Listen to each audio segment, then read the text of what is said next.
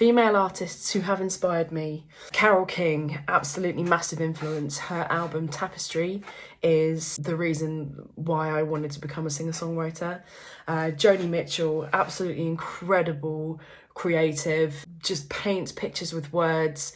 Her incredible use of guitar tunings and vocal range, really artsy and amazing use of imagery. Dolly Parton.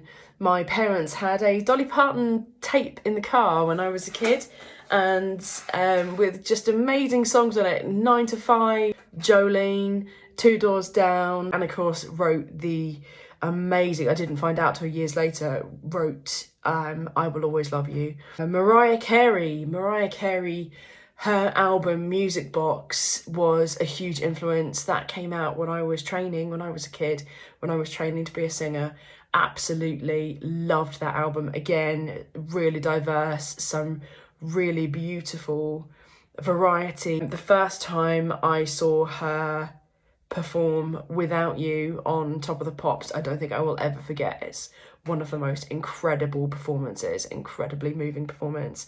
Alanis Morissette, again, her album Jagged Little Pill was huge influence to me when I was really young. That's the album that's got Ironic on it. Another song that I really loved from that album was You Learn. Uplifting, I think, song about life. Really cool a cappella track at the end. But I was sort of getting into kind of grittier bands around about that time, and Alanis had that really cool mix of a bit of grit and grime and anger about her that just suited me at that time of life. Amazing songs on that album. Speaking of grit, Skunk Anansie. Skin from Skunk Anansie is an outstanding individual. Recently got an MBE or an OBE. Recently been given an award for her service to music. The power and refusal to be shouted down just comes through. Incredible female. Alicia's Attic. I had the album Alicia Rules the World when I was a kid, and I think I listened to it every day for about a year. I Feel, White Room, Alicia Rules the World. I really loved the songs, but I really loved the lyric book as well. So the liner notes that were in the CD cover. This is the thing that you don't get with streaming. That we used to get for the kids, a booklet that comes with your physical music. So if you're getting back into vinyl, maybe people are doing that now, but the lyric book, I just loved it. And so you've got all of the lyrics, and then every now and then, like, cool artists would include a little message or something. Bryan Adams was really good at that. And it was the first time I remember sort of really feeling the excitement from the artists, that they felt really lucky and really fortunate to have had the opportunity. And there were these little sort of hand-drawn flowers in amongst all of the lyrics, and instead of punctuation. And I think about that every time I use a cross, every time I use a kiss on a text instead of a full stop. And I just loved it. There was something really inspiring about that album, and the fact that they'd sort of been open and confessed that it had been, thank you everybody for it being so freaking cool, that was in the lyric book.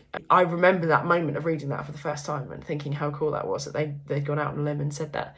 So I'm sorry, Shelley, I know you don't like talking about it, but it was massive inspiration to me when I was a kid. Who else have we got? Lisa Loeb. Lisa Loeb's song Stay. I just listened to that song on repeat. Really loved the vulnerability and just girl with a guitar on Top of the Pops was so cool. And that was my audition song for years and years and years. Tracy Chapman, wow. So many good songs for Tracy Chapman. Baby Can I Hold You, one of the most beautiful, simple love songs she wrote when she was 18 years old, with the heart and soul of an aged, inspired songwriter. Absolutely incredible. Her first album, Tracy Chapman, and the second album were just packed with amazing songs. Go listen to them if you haven't done that already. Stevie Nicks, just an incredible female, absolute out and out creative. Whitney Houston, massive influence during my formative years when I was training, learning to be a singer. Incredible interpretation of I Will Always Love You, written by the aforementioned beautiful Dolly. The whole diva thing was incredibly inspiring, and absolutely loved the Bodyguard soundtrack, really. Adele, yeah, another just amazing female, amazingly talented, incredible voice, really, really beautiful songwriting.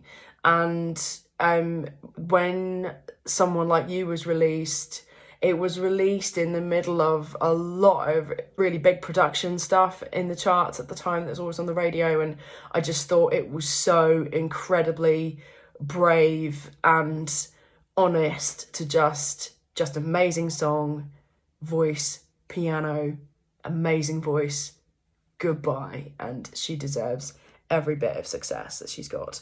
And the last but by no means least, Eve Williams. She is a friend of mine. She's a contemporary of mine. She's an indie artist. She is the first person who made me believe that I really, really could do this on my own. Before that, I was like going around record labels and trying to get a record deal. And now we've been friends for a long, long time, but she has absolutely carved her own path the way that she wanted it. And I'm sure she won't mind me telling you she has premature rheumatoid arthritis. So when I met her years ago, she already had 14 fused joints in her body, and that was not going to stop her. That was not going to stop her, and it still doesn't even now. Eve is now my co-host on our internet series Ladies of Song, where we celebrate female singer-songwriters.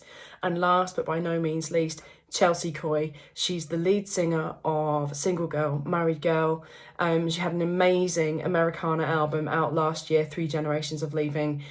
She is absolutely pressing forward for women, for indie artists, for great music.